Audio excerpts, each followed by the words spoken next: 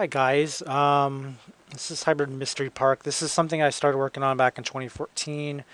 Uh, Originally, I began with a map generation algorithm, procedural generation here on the OHR that I was pretty impressed with. Now, what I wanted to do is I wanted to make a game where you are discovering your own park and building on it and coming up with kind of like a strategy real time or a turn-based builder where you're trying to get people to visit and all that. And one thing I was doing was I was trying to get a pathfinding system going where you could click on the mouse and do like a civilization style movement control where you can use your number pad to move in the 8 directions one by one, or click on the mouse to kind of find your way to your destination and then just hit spacebar and return. That was my goal.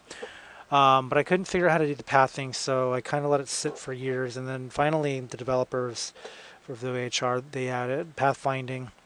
And there's also an experimental mouse system in here. It's not official.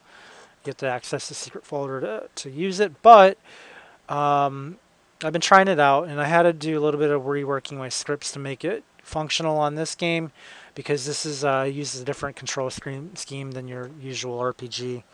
Because this one uses the arrow keys and the WASDs and the number pads for the arrow keys for screen movement, and then the WASDs and the number pad for the character move.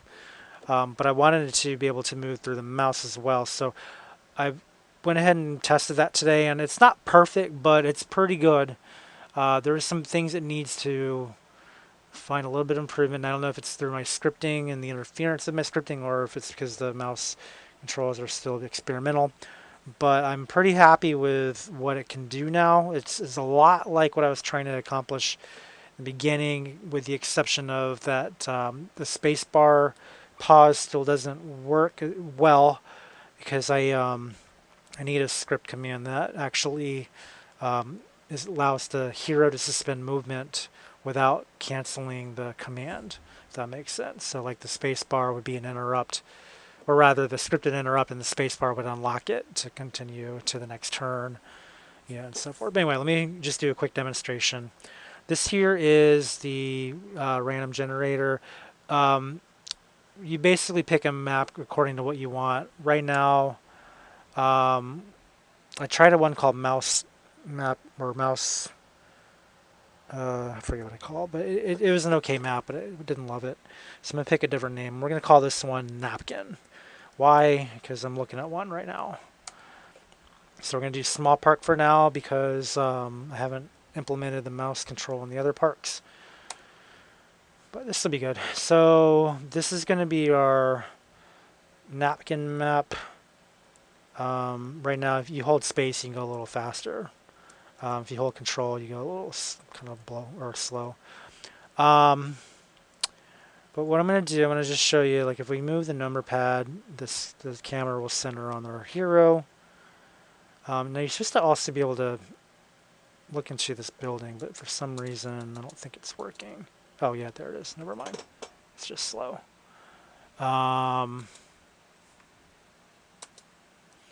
right, so if I go to 5, I'll center on them. Also, I can use the WASD keys. Now, if we use like the map, we'll see where we are. Essentially, the path in the house, they generate in one of 12 different locations. Usually on the third quarter, it's on the either side or right in the middle, and then on one of the 4 edges, depending on the map. But as you can see, if I go singular, I expose new parts of the land. But what I like about, or what I was trying to accomplish in the past, and what I've started to do now, is testing my mouse movement. So if you look at the pathfinding here, it's actually starting to work for the most part. It's a little slow. I meant to speed this up to 30 frames, but again, this is all work in practice or work in progress here.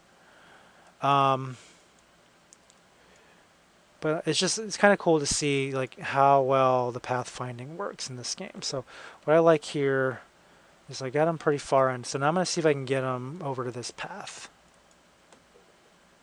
So if we watch him walk all the way over, he stopped. I don't know why he stops. Oh, actually, no. If he stops, it's because he can't find the path. But he should have found that path. So I don't know why he stopped there. The way I got it scripted right now is everything's on a counter.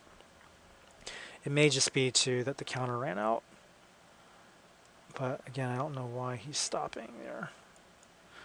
Just, progress. It's not the most perfectly run system, but it's something that in time I'm going to be getting more into trying to fix this up. But I do kind of like this map because it's a lot more wide open spots than some of the other maps I've tested. But yeah, every map name generates a different design. So, but the map for napkin for small will always generate this. But I gotta work on the algorithm a little bit more too, because now we got more layers. I want to add more landscape features and like hills and caves and things like that. Maybe better rivers. So I'm not fully done with this system. But again, I don't know if I mentioned, one of the goals is to turn this into like a park designer or it's like a park tycoon where you'll be able to, when you take control of the if you right click, you can get rid of the X.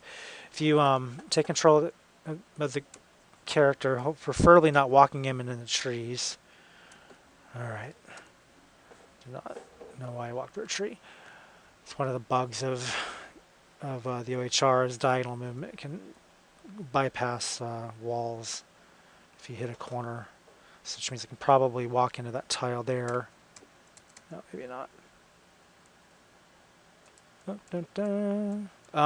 Anyway, so what I want to do is allow the player to like cut down trees, chop away rocks, and then build bridges across the rivers, so that there's always.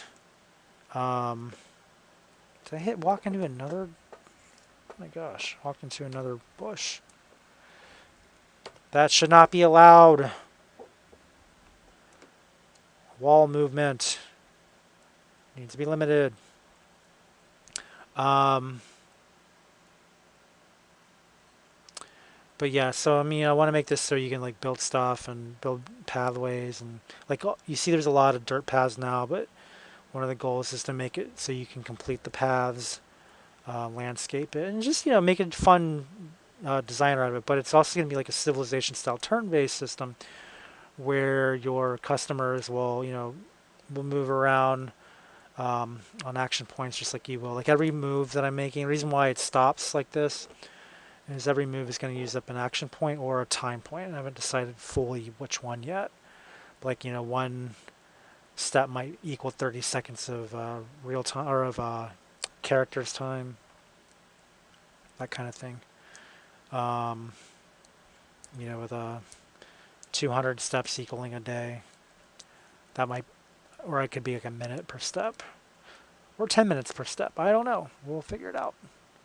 But obviously, it'll also depend too on the landscape. But anyway, the main thing I do want to do is show the mouse pathfinding is finally functional. Not perfect, but functional. There's still plenty more for me to do to make this better, but for now, not bad. So anyway, I hope this demonstration was kind of cool. Oh, and I can click on the door here. Nice. See. Whoops. Well, we'll just quit. Oh, you still can't use the. Forgot mouse doesn't cancel the menu. It only activates it. Anyway, that's all. So I hope this was enlightening. All right. Bye.